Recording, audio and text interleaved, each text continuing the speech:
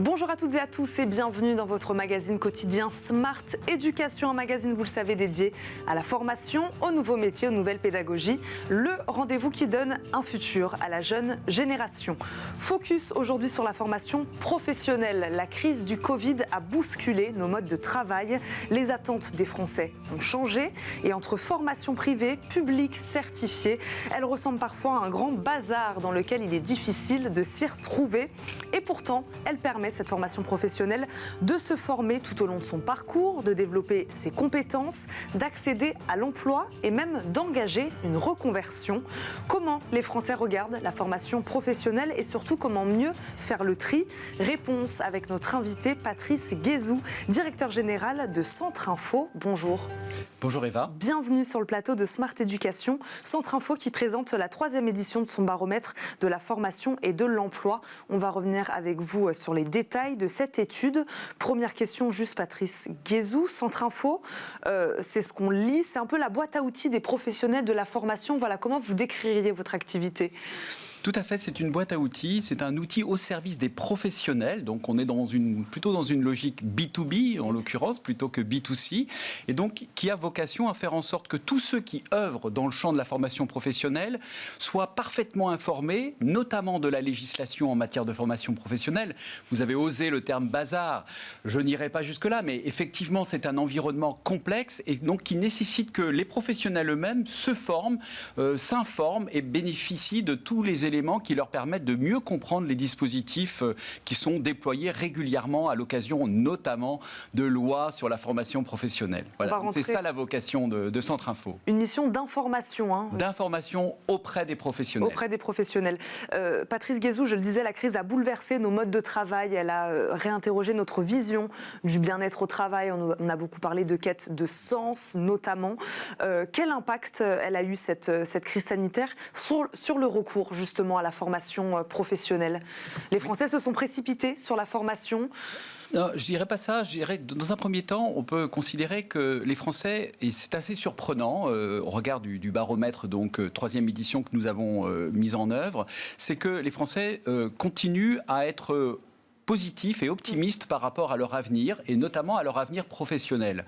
Et on pouvait imaginer que ça ne serait pas exactement ce que l'on entendrait au terme d'une période quand même particulièrement compliquée et qui évidemment a bousculé les repères comme vous l'indiquiez. Des Français optimistes. Des Français optimistes et des Français qui pour autant sont parfaitement conscients de leur métier qui évolue constamment. Et donc on peut considérer tout d'abord qu'il y a à la fois une envie évidemment de réussir, et on y reviendra très, très certainement, mais en même temps une conscience du fait qu'il y a aussi un impératif de bouger, d'apprendre, d'évoluer, tout simplement parce que les métiers ont été à la fois percutés évidemment par le télétravail, le travail à distance, toutes les formes, on va dire, de temps partiel qui ont été mises en place, et puis en même temps, eh bien, par la perspective de devoir travailler différemment. Et donc c'est cette articulation-là que les Français, on va dire, ont manifesté leur conscience et malgré tout leur envie de continuer à progresser. Et donc, ils ont montré un intérêt pour la formation professionnelle et pour la formation. Ils veulent se former, ces Français. Ils ont décidé, et très majoritairement, que la formation était un levier pour eux. Dans le baromètre que nous avons publié, on identifie que 89% d'entre eux savent et ont pris conscience du fait que s'ils voulaient évoluer dans leur métier, il fallait qu'ils aient recours à la formation. Et puis, ils ont identifié qu'il était aussi opportun, quand ils souhaitaient améliorer leur performance au sein même de leur entreprise, quand ils souhaitaient envisager une reconversion professionnelle, la formation était un levier. Et je crois que... Vous avez des chiffres là-dessus sur la reconversion professionnelle? C'est intéressant. Combien ont véritablement songé à changer de métier pendant cette crise sanitaire? Ça, c'est très impressionnant, très très impressionnant, parce que on n'imaginait pas que ce soit un moment, on pensait plus à un moment de repli qu'à un moment, on va dire, d'ouverture. Or, 2 actifs sur 5 nous disent « je veux m'engager dans une reconversion ». Et à ce titre, ils identifient la formation comme étant un des leviers et ils se demandent de quelle manière ils peuvent procéder pour pouvoir parvenir à leur fin, c'est-à-dire éventuellement changer de secteur d'activité, éventuellement pouvoir, on va dire, bénéficier d'une mobilité géographique. On a parlé d'un certain nombre de départs, notamment des Parisiens qui seraient partis vers la province. Eh bien, les actifs ont identifié le levier formation comme étant une aide, une facilitation pour parvenir à leur fin.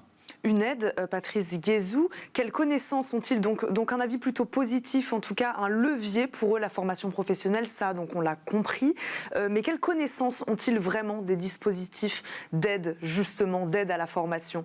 Alors, nous avons sondé cela. On a envie de se former, mais est-ce qu'on sait comment faire? Et oui, c'est une bonne question, parce qu'effectivement, pour passer de l'idée à l'action, encore faut-il connaître les dispositifs. Et là, on a fait des grands bonds en avant. Vous savez, c'est une 3e édition pour nous que ce baromètre, et on constate une progression sur tous les dispositifs d'accompagnement à l'évolution professionnelle. Alors celui qui vraiment, on va dire, explose, mais on y reviendra peut-être tout à l'heure, c'est le CPF qui, là, vraiment, au travers, on va dire, du baromètre, fait qu'on peut considérer que dorénavant, quasiment 100% des actifs sont informés et connaissent en tout cas les éléments clés de ce dispositif, mais d'autres, peut-être qui étaient plus en réserve auparavant.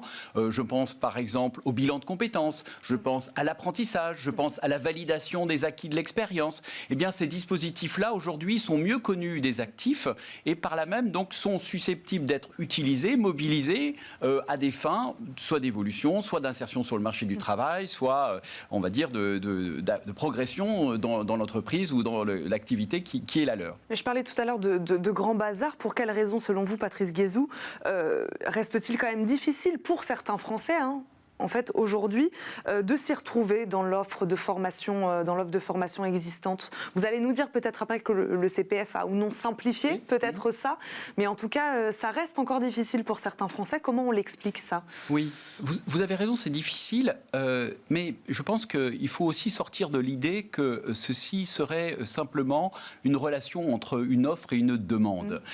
C'est un cheminement que de se préoccuper de formation professionnelle, que se préoccuper de développement de compétences. Ça ne suffit pas d'identifier une belle formation, éventuellement la moins disante ou la mieux disante, qui aurait un beau logo, pour dire celle-ci va correspondre à mes attentes. Non, on n'achète pas, on va dire, une formation qu'on pourrait acheter une voiture ou un produit de consommation courante.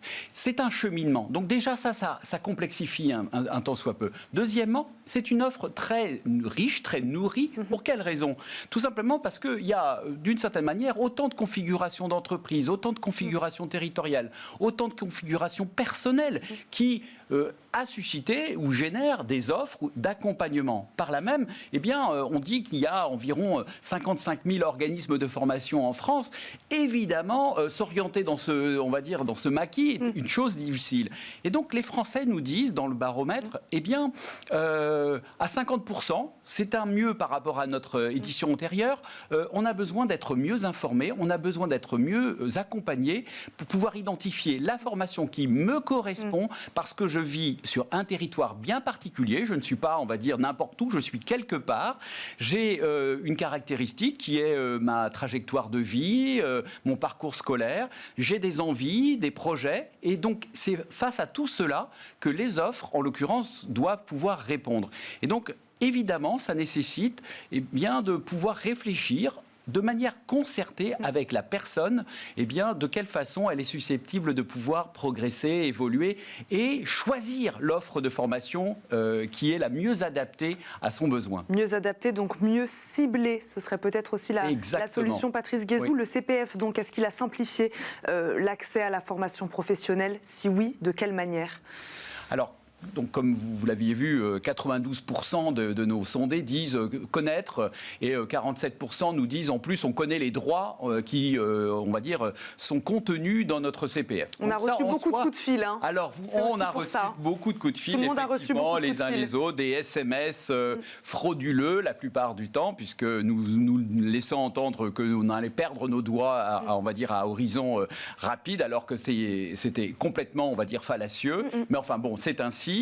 On peut aussi considérer que d'ailleurs, on va dire, ces arnaqueurs ont contribué à la popularité du dispositif parce que tout le monde s'est intéressé au sujet.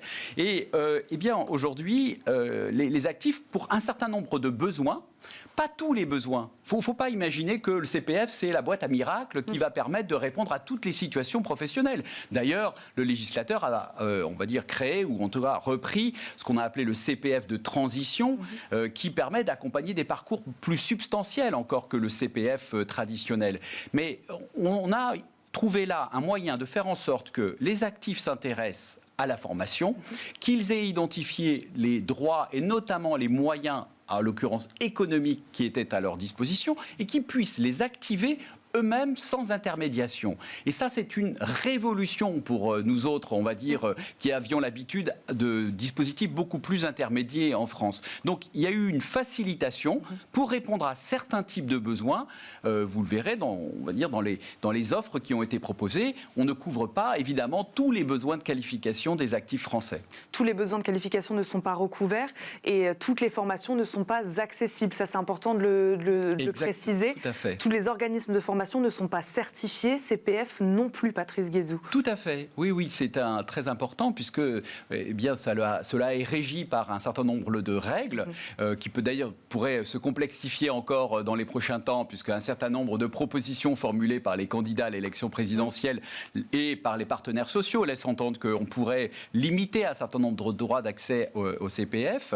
Mais en tout cas, les dispositifs éligibles, comme on dit dans le jargon de la formation professionnels, ont été mis à la disposition des actifs. Ils ont pu, via leur appli, identifier celles sur lesquelles ils avaient des besoins et donc les sélectionner afin de répondre à des situations particulières qui étaient les leurs.